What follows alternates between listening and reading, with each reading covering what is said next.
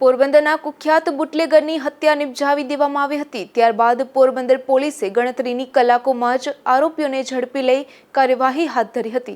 આરોપીઓના 7 દિવસના રિમાન્ડ મંજૂર થયા હતા, જે રિમાન્ડ પૂર્ણ થતા આરોપીઓને જેલ હવાલે કરવામાં આવ્યા છે।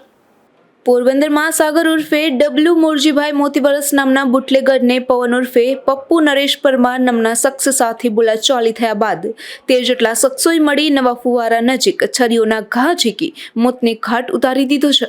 ત્યારબાદ પોરબંદરના બાહોશ જિલ્લા પોલીસ વડા ભગીરથસિંહ જાડેજાએ local crime branch, Kamlabagh police અને કીર્તિ મંદિર પોલીસની ટીમ બનાવી તપાસ શરૂ કરી હતી, જેમાં આરોપી આકાશ ઉર્ફે બંધ મગજ મનસુખ ગોહિલ, હિરેન જુંગી, રાહુલ ઉર્ફે લાલો મનસુખ ચામડિયા, કેનિક ધીરજ શેરાજી, ચેતન ઉર્ફે ચેતુ ધનજી વાંદરિયા, પ્રિન્સ ઉર્ફે ઢીકાઢીક મહેશ ચૌહાણ, યશ ઉર્ફે વાયપી અશોક પાંજરી, અનિલ ધનજી વાંદરિયા, ખુશાલ વિનોદ જુંગી, આશિષ ટકો, કુશ કિરીટ જુંગી, કેવલ મશાણી, પવન ઉર્ફે પપ્પુ નરેશ પરમાર સહિત શખ્સોને ઝડપી લઈ રિમાન્ડ માંગવામાં આવ્યા હતા, જેમાં આરોપીના 7 દિવસના રિમાન્ડ પૂર્ણ થતા હાલ તો જેલ હવાલે કરાયા છે।